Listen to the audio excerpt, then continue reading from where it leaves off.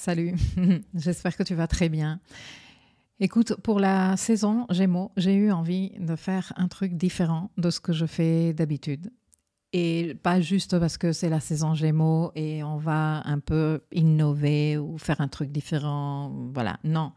C'est parce que les lunes, toutes les lunaisons, et quand je parle de toutes les lunaisons, je parle du premier quartier, de la pleine lune, du dernier quartier et de la nouvelle lune, de toute cette saison Gémeaux 2023, sont connectées entre elles d'une façon très intéressante. Alors, avant de continuer, je précise que de manière générale, lorsqu'on travaille avec le cycle lunaire et qu'on sait repérer le cycle lunaire qui s'inscrit dans les saisons solaires, on peut trouver toujours le lien qui va d'une lune à l'autre et les différentes étapes et les phases lunaires au cours de ce cycle.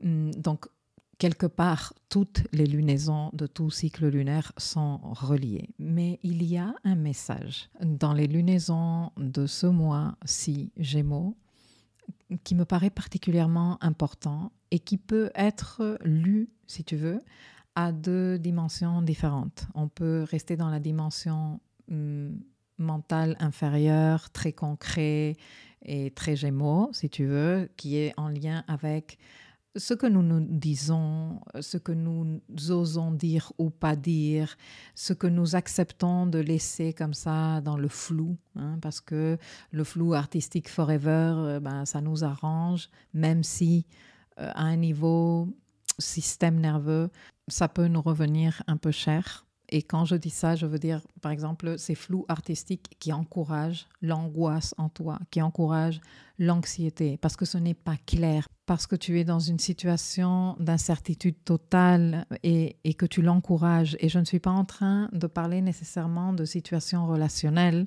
même si aussi, mais il y a tout un tas de choses que nous laissons volontairement, même si inconsciemment, dans le flou, parce que nous pensons que voilà, que nous gagnons quelque chose ou que personne ne va se rendre compte ou que de toute façon, je vais laisser le temps s'occuper de ça. Mais on sait que le temps ne s'occupe pas de ça vraiment au fond de nous et ça nous génère un état de nervosité intérieure, d'angoisse, d'anxiété qui nous revient très cher, comme je te disais tout à l'heure. Et tout ça équivaut à nous faire du ghosting à nous-mêmes, à ne pas nous présenter pour ce qui est important pour nous et résoudre les choses, à continuer à laisser ces situations peu clarifiées parce que nous sommes en train de, contourner ces moments de sincérité et honnêteté totale avec nous-mêmes. Et avec ce que je viens de te dire là, dans les 2 dernières minutes, je t'ai résumé ce que serait, d'après moi, le grand axe thématique des lunaisons de la saison Gémeaux que nous allons être en train de travailler dans les délais classiques pour tout cycle lunaire, c'est-à-dire de 6 à 36 mois. Tout dépend si tu es en train de travailler avec un cycle lunaire simple, basique, ou si tu travailles avec le cycle métonique lunaire.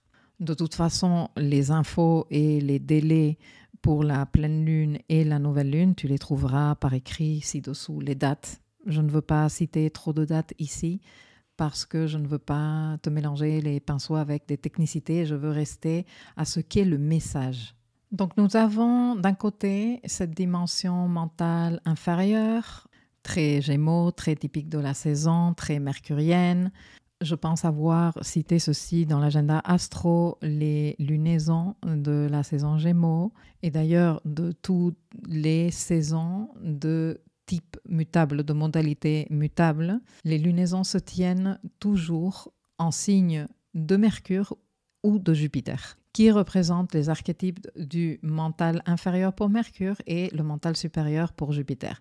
Le mental concret, parce qu'on a tendance à penser que inférieur c'est moins bon. Non, mental concret, plus terre à terre, Mercure, et le mental plus abstrait, plus philosophique, plus métaphysique, Jupiter. Du coup, les lunaisons de cette saison Gémeaux sollicitent fortement le niveau mental et toutes ses dimensions. Et en cette saison 2023, nous avons quand même une configuration astrale, c'est ce grand carré fixe qui domine dans le ciel pendant pratiquement toute la saison Gémeaux et qui peut faire que l'énergie mentale s'exprime de façon très maladroite, donc avec un manque de discipline, beaucoup de dispersion, d'éparpillement, de difficultés à garder le focus, beaucoup d'agitation, de bruit mental, de nervosité et de difficultés pour concilier le sommeil ou pour avoir un sommeil suffisamment reposant. Ce qui peut également faire que de nombreuses personnes se sentent épuisées mentalement et ceci sera encore plus vrai si ces personnes ne se servent pas des bons outils pour donner repos et réconfort à leur dimension mentale. La méditation est un des outils que je recommande sans cesse. Un bon sommeil est aussi fondamental. Si tu as du mal à te reposer, si tu as du mal à garder un sommeil profond, il est important que tu crées des rituels et que même tu optes pour consommer soit des tisanes pour t'aider à te détendre, soit que tu te serves de l'aromathérapie. Il y a également la mélatonine que tu peux consommer pour t'aider à concilier ton sommeil. Mais c'est vrai que si ça fait plusieurs semaines que tu enchaînes de mauvaise qualité de sommeil, avec cette saison Gémeaux, les choses ne vont pas nécessairement s'arranger.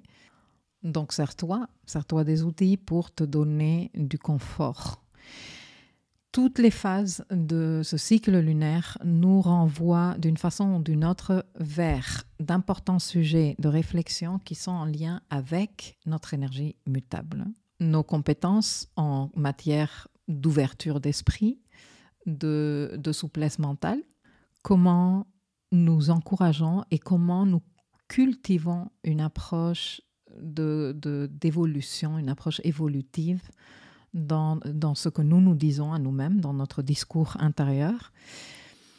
Et quel emploi nous faisons de nos compétences mentales et intellectuelles, parce que bon, il ne faut pas oublier que dans tout ce cycle lunaire, le soleil est tout le temps en Gémeaux. C'est la lune qui change. Premier quartier en Vierge, pleine lune en Sagittaire, dernier quartier en Poisson, tu vois, mais le soleil, il est tout le temps en Gémeaux. Donc, qu'est-ce que nous sommes en train de faire à un niveau mental et intellectuel? Comment nous nous servons de cette dimension mentale? Comment nous nous parlons, quelles sont les choses que nous nous disons, comment nous nous accompagnons. Et tout ça compte tenu du moment que nous sommes en train de traverser qui est très important. Et toutes les lunaisons, justement, nous renvoient vers ça parce que nous avons en ce moment une cohabitation Saturne et Neptune en Poisson. Bon, Neptune, ça fait un petit moment qu'il est là. Il est entré en 2011, il est ressorti, il est re-rentré en 2012. Il n'est pas encore parti. Et Saturne est arrivé en mars 2023. Et en fait, Saturne est en train de mettre de l'ordre et de présenter son cahier des charges saturnin à nous tous dans ce secteur Poisson où, depuis que Neptune est arrivé, nous sommes trop habitués à vivre dans ce flou dont je te parlais tout à l'heure, qui peut à un moment donné nous rendre très nerveux, qui peut nous rendre angoissés, parce qu'on ne sait pas très bien qu'est-ce qui se passe là-dedans, on n'a pas la main. Donc, on est très habitué à cette sensation de ne pas savoir très bien qu'est-ce qu'il y a. Et Saturne est en train d'arriver et en train de demander les documents. Et ça, comment tu justifies? Et ici, comment... Non, mais explique-moi quelle est ta technique pour... j'en sais rien. Et tout ça, bien sûr, en lien avec les affaires de notre maison Poisson à chacun de nous ou de nos différentes maisons. Si tu travailles avec différentes cartes comme moi je travaille avec la carte astrale, la carte solaire, la carte relocalisée si c'est le cas. Donc, en fonction de ta ou tes maisons Poisson, quels sont les flous encouragés jusqu'ici, ces incertitudes et cette dilapidation de ressources aussi, qui t'a empêché de garder les affaires Poissons maîtrisées et même de voir une certaine croissance. Parce qu'en plus, Jupiter est passé par ici il n'y a pas très longtemps. L'année dernière, il est passé par ici. Il a fait sa très magique et très rare conjonction à Neptune, les 2 maîtres du signe, en conjonction dans le signe. Et donc, en principe, beaucoup d'entre nous devrions être en train de voir de la croissance dans cette maison, mais pas encore, pas jusqu'à ce que Saturne ait transité au moins la moitié du signe. Pourquoi? Parce qu'on manque de compétences saturnines. Et tant qu'on n'a pas invité les compétences saturnines dans nos processus de manifestation, la partie concrétisée devient très, très compliquée. Donc, le fait que Saturne soit entré en Poisson a mis comme du sérieux et de l'exigence dans les travaux en cours dans ce signe. Et à tout ceci se rajoute l'influence du sextile Neptune-Pluton. Et en fait, aussi bien la cohabitation Saturne-Neptune peut avoir une lecture personnelle que collective, micro que macro, que l'influence du sextile Neptune-Pluton. Mais c'est vrai que le sextile entre Neptune et Pluton, duquel je t'ai déjà un tout petit peu parlé par ici et par là, est une question transpersonnelle. Neptune est une planète transpersonnelle, Pluton est une planète transpersonnelle. Ce sextile est en cours depuis le début des années 50 et il se serre et il se desserre au fur et à mesure que ces deux planètes avancent et rétrogradent. Et il s'agit d'une signature de très très longue durée parce que les planètes qui la configurent non seulement sont lentes, mais elles sont transpersonnelles, ce qui veut dire qu'elles catalysent des processus de changement et d'évolution qui vont au-delà de l'expérience personnelle. C'est des processus très collectifs. Alors c'est sûr que ces processus, chacun et chacune d'entre nous les portons à un niveau personnel, mais ils nous touchent plus à un niveau collectif. La dernière fois que ce sextile s'est perfectionné, c'était en 1986. Et Neptune était à l'époque en Capricorne. Maintenant, c'est Pluton qui est en Capricorne. Et Pluton, dans le sextile qui s'est perfectionné dans les années 80, était en Scorpion. Donc, c'était lui qui était en domicile. Et maintenant, c'est Neptune qui est en domicile, en Poisson. Le sextile tel quel va se reperfectionner en 2026. Et là, ce sera une toute autre histoire parce que Neptune sera en signe de feu, en bélier, et Pluton sera en signe d'air. Mais depuis 2020, ce sextile est en train de se resserrer. L'orbe se resserre, ce qui fait que l'énergie se rend disponible pour que nous puissions avancer à un niveau collectif et à un niveau individuel pour participer au collectif dans la proposition de ce sextile. Et ce sextile, il est tout sauf anodin. Il peut être lu à différents niveaux. J'ai cité déjà, comme je te dis, dans quelques leçons ici et là, l'effet de dissolution neptunienne qui travaille de part avec la transformation plutonienne. Si moi, je devais résumer le travail que ce sextile propose, principalement dans les signes où il se trouve maintenant, c'est plutôt qu'il s'agit d'apprendre à perdre sans se perdre, de créer un lien beaucoup plus spirituel et en même temps beaucoup moins dramatique et beaucoup moins intense avec les fins. Accepter que les pertes et les fins font partie du cycle de vie.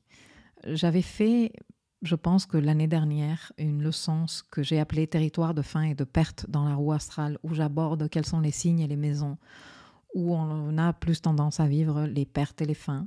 Je te laisserai le lien ci-dessous parce que je pense qu'il est pertinent. Donc, en fait, avec ce sextile Neptune-Pluton, qui change de signe, se perfectionne dans des signes d'éléments différents à chaque fois, on est en train de travailler ça. La perte et la fin comme une partie du cycle de vie. Et on ne peut pas être vraiment relié au vivant si nous continuons à nier les phases de mort et de transmutation. Le truc, c'est que tout ceci fait très peur. Donc ces sujets ont tendance à rester tabous. C'est comme des secrets. Ils sont un peu cachés dans l'ombre où il n'y a que certaines personnes qui les abordent et avec, je ne sais pas, une perspective un peu macabre, voire glauque. Et donc, tant que ces sujets restent dans l'ombre, tant qu'on ne les aborde pas avec compassion et empathie, parce que c'est sûr qu'ils éveillent des peurs très profondes, Il ne s'agit pas non plus ici de les aborder avec futilité et comme si de rien n'était nos émotions. Non, on est des êtres émotionnels, donc les émotions sont importantes. Mais de les aborder comme ça, de façon futile et froide, à ne pas les aborder du tout, il y a tout un tas de nuances. Et tant que ces sujets restent cachés dans l'ombre, ils génèrent encore plus de peur parce qu'on ne les comprend pas, on ne les connaît pas. Et en fait, je pourrais, moi, dire que quelque part, le fait de laisser ces sujets dans l'ombre fait partie de cette volonté de certains groupes de pouvoir, de continuer à garder le pouvoir parce que tant qu'il y a du contenu important qui reste dans l'ombre, du contenu important concernant l'homme, la femme, l'humain, l'être humain, les cycles de vie sur Terre, les mystères de la vie, les mystères de la mort, les mystères de l'univers, tout ça, ce contenu peut être utilisé pour manipuler, ce contenu peut être utilisé pour menacer et donc continuer à encourager la peur et continuer à encourager l'ombre, le pas clair, l'ignorance. C'est sûr que tout ça ne se passe pas tout seul comme ça. J'ai abordé déjà de nombreuses fois le karma lunaire que nous sommes en train de travailler. Nous sommes à fond dans ce travail du karma lunaire en 2023. Nous avons commencé à travailler très sérieusement sur ça en 2022 avec le carré de Saturne à l'axe nodal. Nous avons en ce moment très en actif un carré Pluton à l'axe nodal qui va continuer à être très actif tout au long de l'année 2023. Nous sommes en train de travailler les peurs. Nous sommes en train de nous libérer de ce karma de peur, ou en tout cas, nous avons les opportunités de le faire et de développer notre sens de la certitude intérieure, de la confiance, etc., etc. Mais voilà, avec ce sextile, et tu me diras, non mais attends, un sextile, ça devrait être super chouette. Oui, mais Neptune et Pluton, je le dis à chaque fois, non, il faut arrêter de romancer les aspects et les signatures. On est là, on parle de deux planètes transpersonnelles très costauds et avec un Neptune en domicile. Donc c'est un processus très très fort et très très puissant d'apprendre à lâcher prise. Et c'est sûr que le lâcher-prise vient au travers de l'illumination, une illumination libératrice. Et quand je dis illuminer, je dis plus éclairer, je dis mettre de la lumière, je dis expliquer, comprendre. Je ne suis pas en train de parler d'une illumination nécessairement spirituelle. Et tout ça, bien sûr, dans le but de nous libérer et dans le but de transcender. Et donc, tout ce processus est très fortement en lien avec notre compréhension de la mort. Et avec tous les événements que nous avons vécus depuis 2020, toutes les peurs qui se sont éveillées chez de nombreuses personnes dans le monde depuis 2020, je pense que tu comprends de quoi je parle. Bon, ce processus prend longtemps, mais nous sommes en train de transiter un moment où Pluton est à 29 degrés et quelques Capricornes, Neptune est à 27 degrés et quelques Poissons, 2 degrés d'orbe pour un sextile entre ces deux-là, on le ressent. Et Pluton va continuer à rétrograder dans le signe Capricorne jusqu'à la fin de sa rétrogradation en octobre et Neptune va commencer à rétrograder lui aussi fin juin. Donc le sextile, il va rester quelque part là. Ce n'est pas quelque chose qui nous sollicite constamment, comme par exemple les transits de l'axe nodal et les éclipses.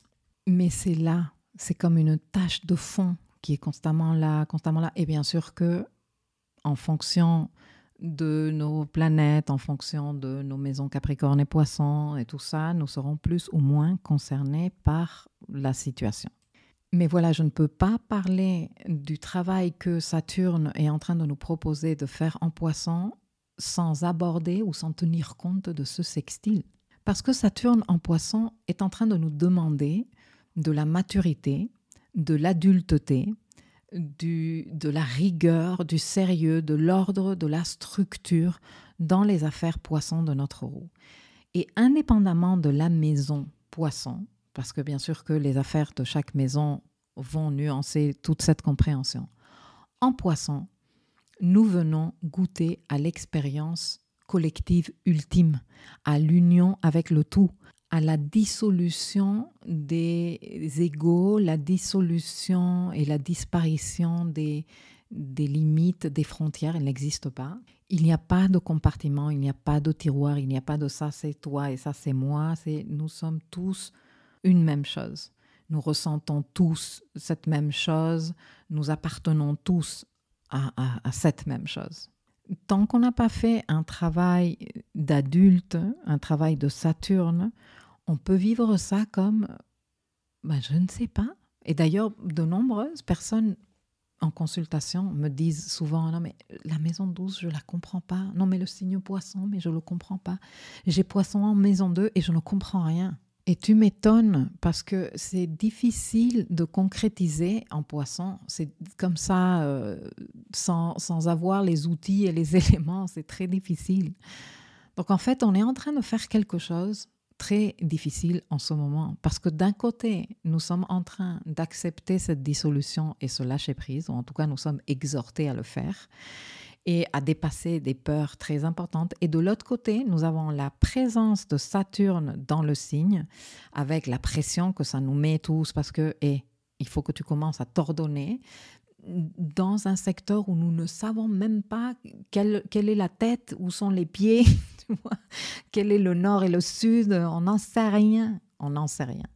La seule chose qu'on sait avec la présence de Saturne en Poisson, c'est qu'en Poisson, il se passe des choses très importantes et que depuis très récemment, ces choses ont pris comme beaucoup de sérieux. Que jusqu'ici, on était là dans un truc qui flottait et on ne savait pas très bien, mais c'était pas bien grave parce que voilà, la seule chose que tu étais censé faire, c'était accepter de flotter. Mais que là, c'est tout à coup devenu sérieux. Et même si tu ne sais pas comment t'y prendre, le truc sérieux, la présence de Saturne, on la ressent. Et pour certains, ça fait peur aussi. C'est une peur différente que celle de Pluton, mais c'est une peur quand même. De genre, j'espère que je ne vais pas me prendre la claque parce que ça va faire mal. Et donc, comme je te disais, ces lunaisons peuvent se lire à un niveau mental concret, mental inférieur, et ce premier quartier en Vierge qui s'est tenu en opposition à Saturne. Donc cette lune en Vierge qui veut s'occuper de tous les détails, qui est face au soleil dans les premiers degrés Gémeaux, qui lui dit non mais attends c'est pas grave, je te fais un résumé, et la lune en Vierge non, point virgule, point à la ligne, donne-moi tous les détails. Que j'ai Saturne qui me regarde en face et qui est en train de me demander les comptes en Poisson, comment ils vont, qu'est-ce qu'on a fait là, et moi j'y arrive pas, non. Et déjà on a ressenti cette pression et il a fallu composer parce que il ne s'agit pas ici de dire je me polarise dans le signe de la Vierge et je deviens insupportable, ou je me polarise dans le soleil en Gémeaux et je m'en fous complètement, non. Il faut intégrer les énergies, intégrer. Mais tu vois, première check avec Saturne en Poisson. Ensuite, nous avons enchaîné avec la pleine lune en Sagittaire. Donc cette opposition lune-soleil dans l'axe Gémeaux-Sagittaire et tous les deux au carré de Saturne en Poisson. En même temps que Mercure, qui est le dispositeur de la saison et de la lunaison, était en conjonction exacte à Uranus.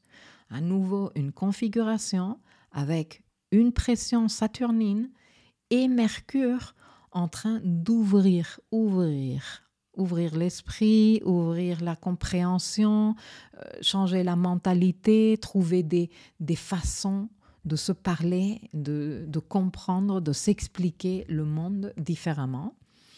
Nous avons ensuite eu le dernier quartier en Poisson avec la Lune pile au milieu entre Saturne, alors peut-être un peu trop loin de Saturne pour la considérer en conjonction parce que Saturne, il était à 6-7 degrés et que j'ai les cartes en fait, je vais te les laisser en image ci-dessous pour que tu puisses les regarder toi aussi. Oui, voilà, la Lune à 19 degrés, Saturne à 7 degrés, Neptune à 27 degrés. Donc, quelque part, la Lune en contact avec Saturne et en contact avec Neptune dans ce dernier quartier de lâcher prise. Et tout cela en tension avec le Soleil, parce que un dernier quartier, c'est quand même un carré, Lune-Soleil. Et puis le cycle lunaire se termine avec la nouvelle lune en Gémeaux qui se fait à 27 degrés et qui est au carré quasi exact à quelques minutes près de Neptune en Poisson. Donc encore une lunaison en aspect aux présences en Poisson et en quinconce à Pluton rétrograde en Capricorne. Donc une lune qui converse avec ce sextile et qui a du mal avec l'énergie Neptune, elle a du mal à intégrer l'énergie Neptune et avec l'énergie Pluton, elle a moins de mal à la voir, mais oui, plus de mal à composer avec. Parce qu'un quinconce, c'est OK, je suis obligée de faire avec ça, mais franchement, ces lunaisons enchaînées comme ça et expliquées depuis la perspective très terre-à-terre mentale sont un appel, comme je disais tout à l'heure, à revoir comment nous communiquons et principalement comment nous communiquons avec nous-mêmes et surtout comment cette communication avec nous-mêmes nous permet de progresser et d'évoluer. Parce que nous sommes ici dans une saison de modalités mutables avec des lunaisons de modalités mutables.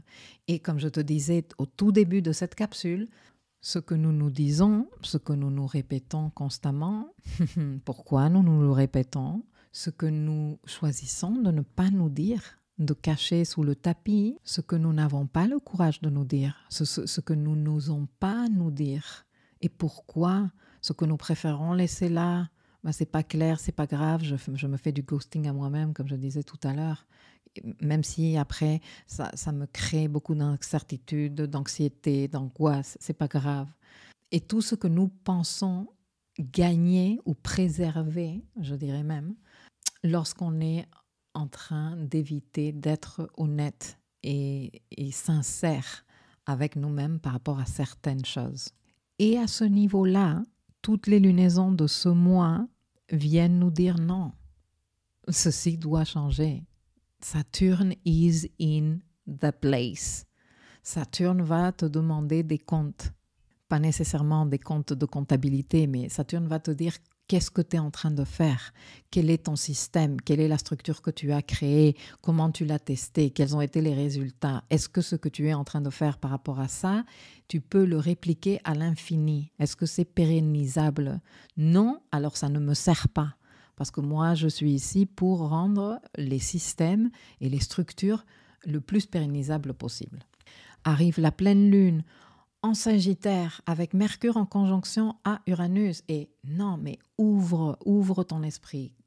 Pense différent, ose penser différent, ose sortir de tes carcans mentaux, ose te poser certaines questions, ose te dire certaines vérités, ose aussi affirmer certaines choses et dire non, ça, je ne veux plus ce manque de clarté, je ne veux plus continuer à encourager ce flou artistique. Je me rends compte à quel point j'ai participé à ne rien comprendre là, donc je vais faire autrement, je vais m'y prendre différemment. Mercure conjoint à Uranus lors de la pleine lune en Sagittaire. Et tout ça, alors même que le dispositeur de la lune, Jupiter, est en conjonction au nœud nord pour créer plus de valeur, pour me valoriser davantage. Le dernier quartier en Poisson qui vient nous dire qu'il va falloir composer aussi bien avec Saturne qu'avec Neptune en Poisson. Donc, il y a une dimension très terre-à-terre, très matérielle, très ordonnée, très timée, mais il y a également une dimension où on ne sait pas très bien qu'est-ce qui va se passer et on n'aura pas la main non plus. Parce que Neptune en Poisson, il a une fonction. Ce n'est pas juste pour nous embrouiller les pistes, c'est pour nous ouvrir à d'autres dimensions et je vais aborder ça tout de suite. Et nous clôturons la saison solaire avec cette nouvelle lune en Gémeaux au carré de Neptune en quinconce à Pluton. Un nouveau début en Gémeaux qui est en lien avec la communication, qui est en lien avec l'apprentissage, très en lien avec l'apprentissage expérientiel, parce qu'en Gémeaux, on fait ça, on développe un esprit curieux, on développe une curiosité intellectuelle, on veut apprendre, relier les informations, avoir accès à toutes les informations. Et tout ce processus d'apprentissage demande que la dimension Neptune soit intégrée et qu'on compose aussi avec le boulot que Pluton est en train de faire en Capricorne.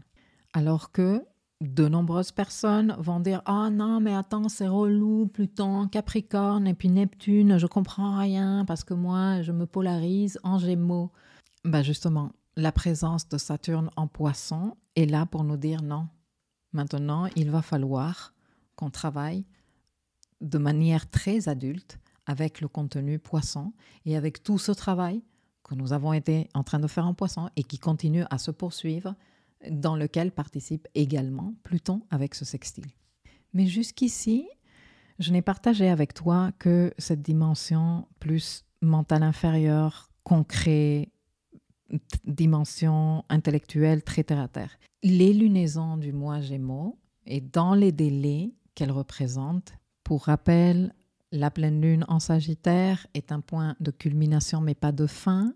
Donc si tu travailles avec le cycle à 12 mois, le cycle lunaire, 6 mois encore de boulot, d'ajustement à faire par rapport aux informations que t'a livrées la lune.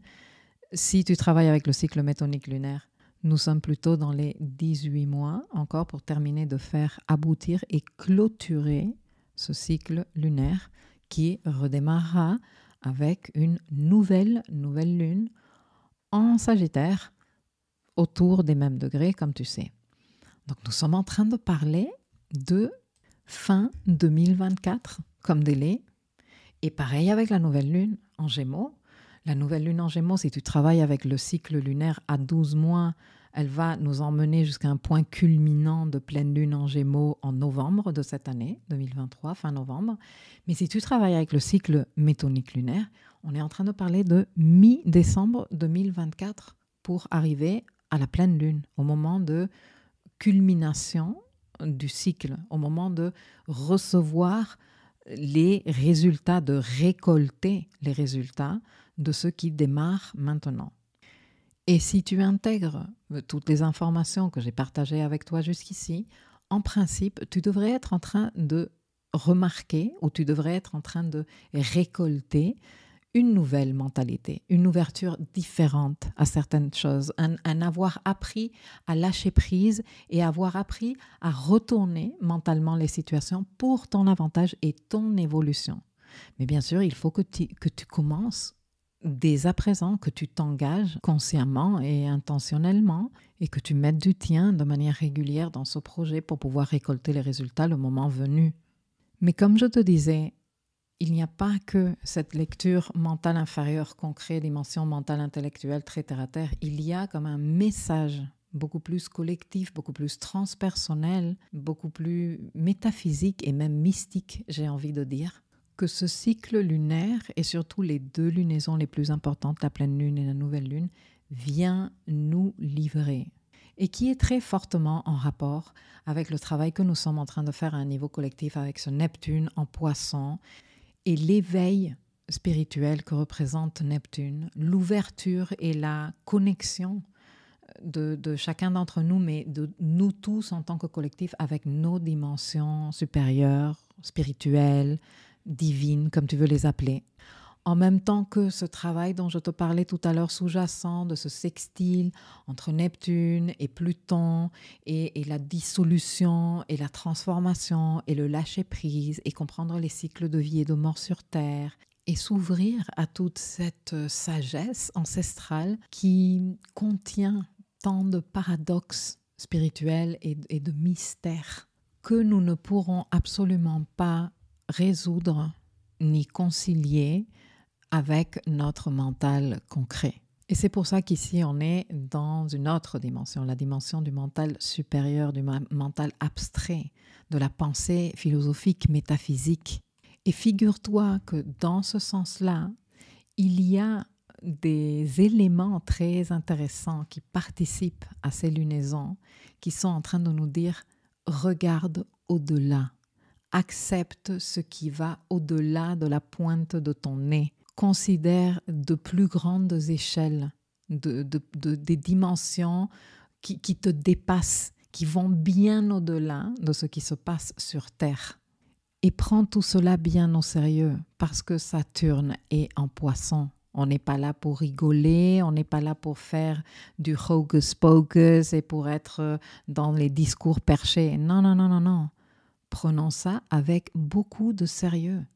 Prenons ça avec de la méthode, de la structure, de l'ordre, de la régularité. Faisons une pratique et commençons à intégrer nos dimensions supérieures parce que il est temps pour nous. Dans ces dernières années, nous avons très fortement travaillé des carrés à Neptune avec nos planètes personnelles. Nous avons eu une rétrogradation de Vénus en 2020 en Gémeaux, 3 fois au carré de Neptune. Nous avons eu l'année d'après une rétrogradation plus ou moins à la même date, plus ou moins dans les mêmes degrés, de Mercure en Gémeaux, 3 fois au carré de Neptune. Et l'année d'après, c'est-à-dire fin 2022, début 2023, nous avons eu une rétrogradation de Mars en Gémeaux, 3 fois au carré de Neptune. Dans ce cycle lunaire de la saison Gémeaux 2023, la nouvelle lune, c'est-à-dire la lunaison qui démarre un nouveau cycle, se tient au carré pratiquement exact de Neptune. Qu'avons-nous appris? Qu'avons-nous appris de toutes les expériences antérieures? Quel est le niveau de discernement que nous avons développé? À quel point nous avons intégré dans notre vision du monde et dans notre apprentissage expérientiel Gémeaux la dimension spirituelle? Parce que le carré de Neptune en Poisson veut dire cette dimension est à intégrer. Elle n'est pas à contourner, elle n'est pas là pour qu'on fasse l'autruche, pour qu'on se dise « Ah non, je m'enferme chez moi ce jour-ci parce que c'est le jour des arnaques et comme ça je ne me fais pas arnaquer. » Non, non, non.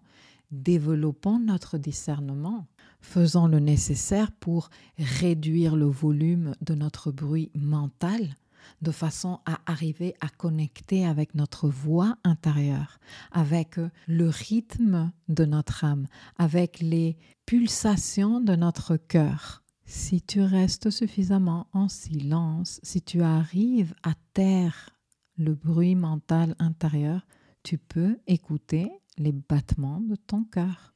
Et là, tu es en mesure de te relier à tes dimensions supérieures et divines. Tu peux accéder à ton intuition et te servir de toutes tes claires vertus. Ta clairvoyance, ta clairconnaissance, ta clairaudience, etc., etc. Te servir de ces claires vertus et les développer pour les maîtriser. Mais tant qu'on parle de Neptune comme ça n'existe pas, de la dimension spirituelle comme c'est un truc de perché ou c'est une arnaque, on est en train de la dévaloriser et de la laisser dans l'ombre, ce qui la transforme directement en sujet facile à instrumentaliser pour faire de la peur et continuer à déconnecter l'humain de sa dimension spirituelle tellement importante et indispensable. La pleine lune en Sagittaire se tient à 13 degrés Sagittaire. Le soleil à 13 degrés Gémeaux, la lune à 13 degrés Sagittaire. Je te disais dans l'agenda astro que j'ai publié en début de saison solaire Gémeaux que cette lunaison se tenait dans un degré très proche d'un point mathématique dans l'espace appelé le grand attracteur. Ce point qui est situé à 14 degrés Sagittaire s'étudie en astronomie intergalactique et il est considéré par les scientifiques qu'il étudie comme une anomalie gravitationnelle qui fonctionnerait un peu comme un grand trou noir qui attire puissamment vers lui tout ce qui l'entoure. J'aborde plus en détail ce sujet dans la mini-capsule que je te laisse sur la pleine lune ci-dessous dans la leçon correspondante. Mais déjà ici, nous avons une référence à un point qui est super loin de nous. Oui, nous sommes attirés par ce grand trou noir appelé le grand attracteur, mais ça nous dépasse, c'est super loin. Ça nous demande vraiment de regarder à des millions et des millions d'années-lumière de là où nous sommes. Premier indice, si tu veux, ou premier symbole qui vient dire non, mais il faut maintenant commencer à regarder au-delà de la pointe de ton nez. Lors de la nouvelle lune en Gémeaux, celle qui se tient au carré de Neptune, bon, il y a déjà le carré à Neptune qui est ultra parlant, qui dit hey, est-ce que on peut maintenant m'intégrer pour de bon et faire avec moi dans ce nouveau cycle que nous sommes en train de démarrer en Gémeaux. Mais la Lune, elle est en conjonction au Soleil à 26 degrés 40 et quelques, ou presque 27 degrés, en opposition exacte au centre de notre galaxie qui se situe environ à 27 degrés Sagittaire. Encore un point de considère ce qui est au-delà.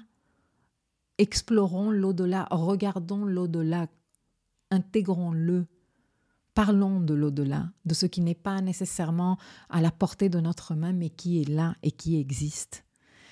Et en même temps qu'elle se tient en opposition au centre galactique, elle se tient en conjonction à 2 étoiles fixes. Bételgeuse, qui se trouve à 28 degrés Gémeaux, et Polaris, l'étoile du Nord, l'étoile polaire, comme tu veux l'appeler, qui se trouve à 28 degrés Gémeaux. Je ne vais pas détailler ici la conjonction à ces 2 étoiles qui est très symbolique parce que je l'ai fait dans la capsule, la mini-capsule sur la nouvelle lune que tu trouves ici dessous. Ici, je veux juste évoquer ces différentes coïncidences, synchronicités, parce qu'elles interrogent et qu'il faut les relever. Beaucoup trop dans ce cycle lunaire Gémeaux 2023.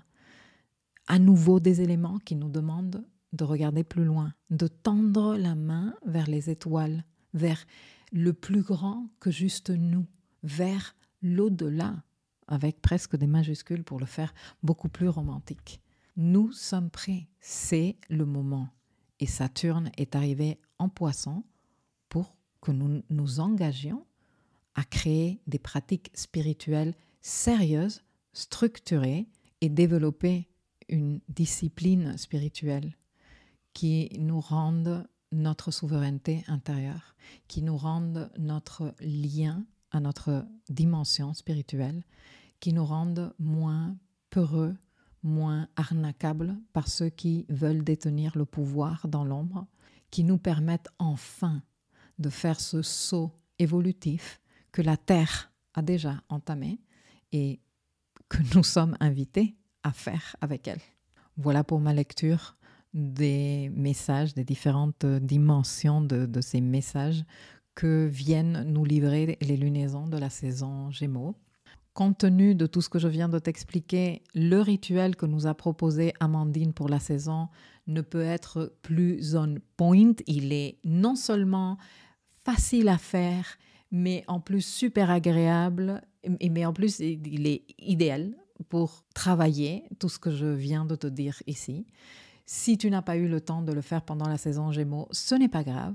Je pense que tu as compris que tu as des délais de 6 à 36 mois devant toi pour faire le boulot et tu peux choisir n'importe quel jour où la Lune sera en train de transiter par n'importe lesquels des signes mutables, notamment Gémeaux ou Sagittaire, mais n'importe lequel des signes mutables, ce serait parfait.